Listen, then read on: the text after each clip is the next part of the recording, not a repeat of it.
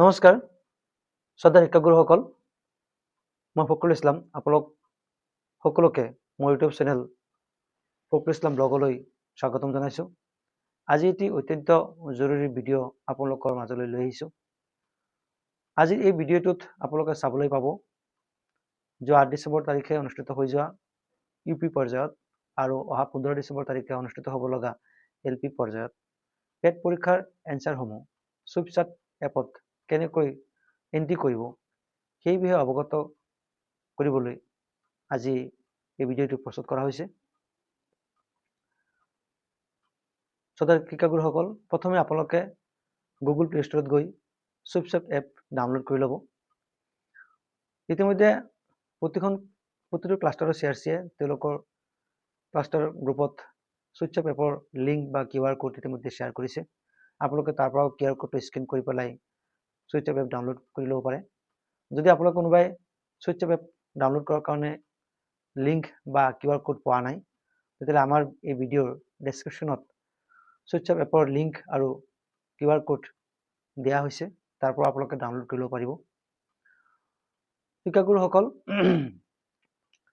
আপোনালোকে পেট পৰীক্ষাৰ periodic assessment test চমুকৈ পেট, এই পেটৰ যিখিনি পৰীক্ষা ইতিমধ্যে অনুষ্ঠিত হৈ গৈছে আৰু আগন্তুক দিনত পৰীক্ষা অনুষ্ঠিত হ'ব, এই গোটেইখিনি পৰীক্ষাৰ এনচাৰসমূহ আপোনালোকে চুইপচাট এপত এন্ট্ৰি কৰিবৰ কাৰণে যিখিনি প্ৰচেছটো ভিডিঅ'ত দেখুওৱা হৈছে, আপোনালোকে এই চুইপচাট এপত ছাত্ৰ ছাত্ৰীৰ প্ৰাপ্ত নম্বৰসমূহ এন্ট্ৰি কৰাৰ আগতে আপোনালোকে এই যিটো বিষয়ৰ নম্বৰ এন্ট্ৰি কৰিব, ছাত্ৰ ছাত্ৰীৰ নম্বৰসমূহ আগতীয়াকৈ কোনোবা এটা কাগজত লিখি ল'ব আৰু যিজন শিক্ষকে এই চুইপচাট এপত এইখিনি এন্ট্ৰি কৰিব, তেওঁ প্ৰথমতেই নিজৰ স্কুলৰ ডাইচ কোড আৰু নিজৰ টিচাৰ কোডটো নোট ডাউন কৰি ল'ব। তেতিয়া আপোনালোকে এই চুইপচাট এপত এন্ট্ৰি কৰোঁতে সহজ হ'ব, নহ'লে কাম কৰিবলৈ গৈ থমকি ৰ'ব লগা হ'ব পাৰে। আপোনালোকে এই ভিডিঅ'টো স্কিপ নকৰাকৈ চাই থাকিব। শিক্ষাগুৰুসকল, মোৰ ইউটিউব চেনেলটো এতিয়ালৈকে যিসকলে ছাবস্ক্ৰাইব কৰা নাই, অনুগ্ৰহ কৰি আপোনালোকে মোৰ ইউটিউব চেনেলটো ছাবস্ক্ৰাইব কৰিব আৰু লগতে নটিফিকেশ্যন বেল আইকনটো অল কৰি ল'ব। চুইপচাট এপটো ডাউনলোড কৰা আছে। আচলতে আমাৰ প্ৰতিজন শিক্ষকে ইতিমধ্যে চুইপচাট এপ ডাউনলোড কৰিছে, গতিকে মই ডাউনলোডৰ প্ৰক্ৰিয়াটো দেখুওৱা নাই। গতিকে যিহেতু ডাউনলোড কৰা আছে, তাৰপিছত আমি কি কৰিব লাগিব, কেনেকৈ আগবাঢ়িব লাগিব সেই বিষয়ে আপোনালোকক দেখুৱাইছোঁ। এতিয়া ক্লিক কৰাৰ পিছত আপোনালোকে দেখা পাইছে ইয়াত ইংলিছ আহিছে, হিন্দী আহিছে, গুজৰাটী আহিছে, মাৰাঠী আহিছে। আপোনালোকে ইংলিছত ক্লিক কৰিব। মই ইংলিছত ক্লিক কৰিছোঁ। ইংলিছত ক্লিক কৰাৰ পিছত আপোনালোকে দেখিবলৈ পাইছে যে নিজৰ মোবাইল নম্বৰটো ইয়াত এন্ট্ৰি কৰিব দিছে। নিজৰ মোবাইল নম্বৰটো এন্ট্ৰি কৰি আছোঁ।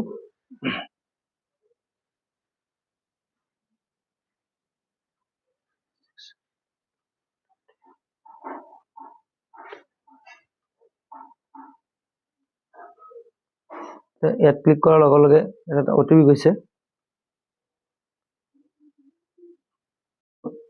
OTPটো এণ্টাৰ কৰি আছোঁ। OTPটো এণ্টাৰ কৰি ইয়াত ছাবমিট দিয়া হৈছে। ছাবমিট দিয়াত শ্ৰদ্ধা ছাৰ বাইদেউসকল, আপোনালোকে দেখা পাইছে আছাম পেট আৰু আছাম পেটৰ ওপৰত দেখা পাইছে স্কেন এণ্ড চাৰ্ট। মই আগতে স্কেন কৰাৰ কাৰণে মই এতিয়া স্কেন চাৰ্টত ক্লিক নকৰোঁ, মই আছাম পেটত ক্লিক কৰিম। আছাম পেটত ক্লিক কৰাৰ লগে লগে আপোনালোকে এনেকুৱা এটা ইণ্টাৰফেচ দেখিবলৈ পাব আৰু দেখাৰ লগে লগে আপোনালোকে একেবাৰে তলত আহি যাব।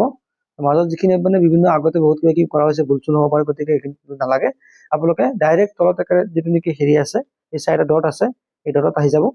এই ডটত ক্লিক কৰাৰ লগে লগে আপোনালোকে এনেকৈ দেখা পাব home menu, registration, change the chart language.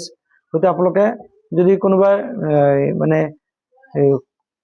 Registration কৰিছে, আগতে ভুল হৈছে, যদি আকৌ নাম্বাৰটো চেঞ্জ কৰিব বিচাৰিছে, তেতিয়াহ'লে নতুন ৰেজিষ্ট্ৰেশ্যন কৰি ল'ব পাৰিব, কোনো প্ৰব্লেম নাই।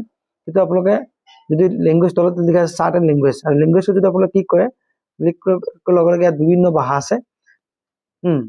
আপোনাৰ ইয়াত হিন্দী, মণিপুৰী, অসমীয়া, বড়ো, বাংলা, সমাজ, ইংলিছ আছে। গতিকে আপুনি ইয়াত যিটো পচন্দ হয় সেই পচন্দৰ ভাষাটো বাছনি কৰি ল'ব। মই অসমীয়া ভাষাটো বাছনি কৰিছোঁ। মই ইয়াত অসমীয়াত ক্লিক কৰিছোঁ। অসমীয়া আহি গৈছে।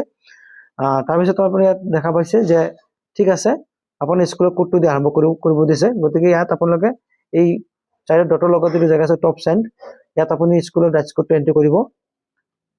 মই স্কুলৰ ডাইচ কোডটো এণ্ট্ৰি কৰি আছোঁ। এন্ট্ৰি কৰাৰ ইয়াত ফালে কাৰ্ড দেখিছে ক্লিক কৰি সাবমিট কৰি দিম এই সাবমিট কৰাৰ লগে লগে দেখা পাইছে আপোনালোকে যে এনেকুৱা এটা ইন্টাৰফেস আহিছে যে ইয়াত এইখন বিদ্যালয়ৰ এই ড্যাশবোৰ্ড আহিছে বিদ্যালয়ৰ নাম আহিছে বিদ্যালয়ৰ ব্লক আহিছে বিদ্যালয়খনৰ জিলা আহিছে গতিকে এই ওপৰত তথ্যখিনি যদি শুদ্ধ তেতিয়াহ'লে আমি কি কৰিম এই হয় শুদ্ধ এটো ক্লিক কৰিম শুদ্ধত ক্লিক কৰিলো ক্লিক কৰাৰ পিছত আপোনাৰ ইয়াত আহি গৈছে আকৌ কি যে আপুনি সুন্দৰকৈ আগবাঢ়িছে ইয়াৰ পিছত আপুনি আপোনাৰ শিক্ষকৰ কোডটো প্ৰবিষ্ট কৰক আপোনাৰ টিচাৰ কোডটো যেতি আছে ইয়াত এন্ট্ৰি কৰিব মই ইয়াত টিচাৰ কোডটো এন্ট্ৰি কৰি আছো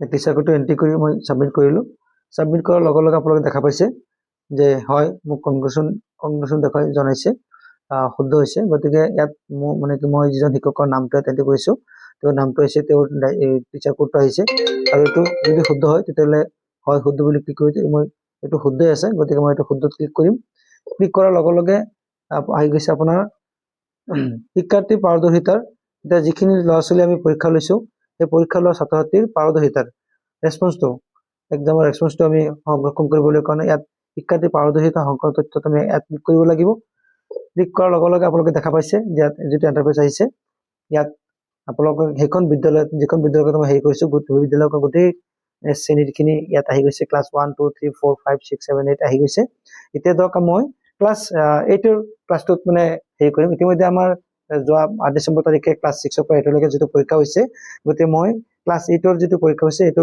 ছাত্ৰ ছাত্ৰীৰ ৰেছপন্সটো মই এন্ট্ৰি কৰিব বিচাৰিছো মই ক্লাছ 8 এটো ক্লিক কৰিছো এটো ক্লিক কৰাৰ লগে লগে ইয়াত আহি গৈছে যে সিলেক্ট ৰেছপন্স মই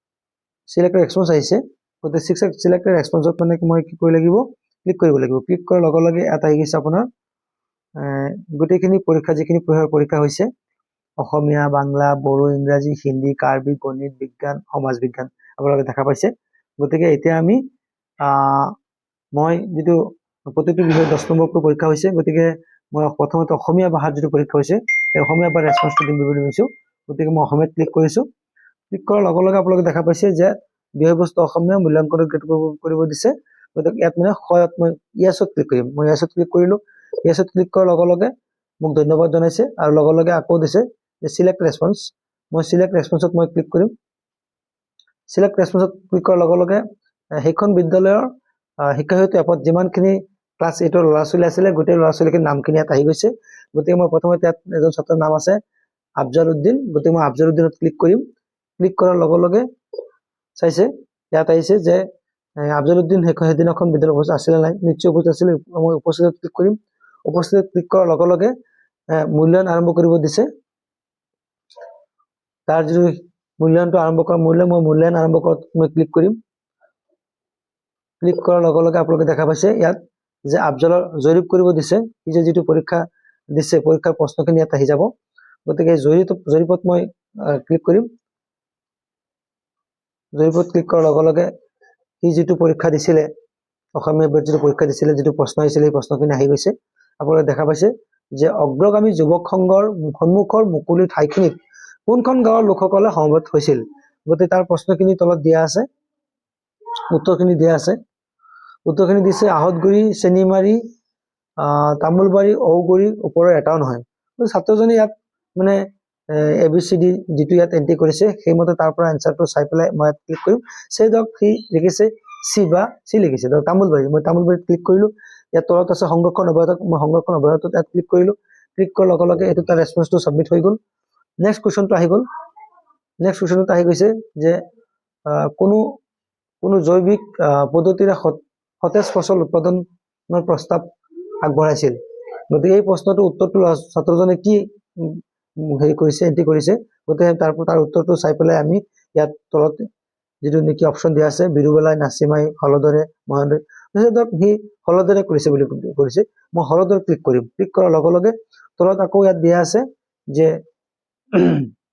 সংৰক্ষণ অব্যাহত ৰাখক মই সংৰক্ষণ অব্যাহত ৰাখক মই ক্লিক কৰিম ক্লিক কৰাৰ লগে লগে তাৰ ৰেছপন্সটো সাবমিট হৈ গল এনেকৈ প্ৰতিজন ল'ৰা ছোৱালীৰ 10টাকৈ কোৱেশ্চন আহিব গতিকে 10টা কোৱেশ্চনৰ উত্তৰখিনি আমি এনেকৈ বঢ়াই থৈ যাম এনেকৈ আপোনালোকে ছাত্ৰ ছাত্ৰীসকলৰ অন্তিমটো প্ৰশ্নৰ উত্তৰ সাবমিট কৰি পেলাই ইয়াত নিশ্চিত কৰিব। নিশ্চিত কৰাৰ লগে লগে ফাইনেল সাবমিশন হৈ যাব।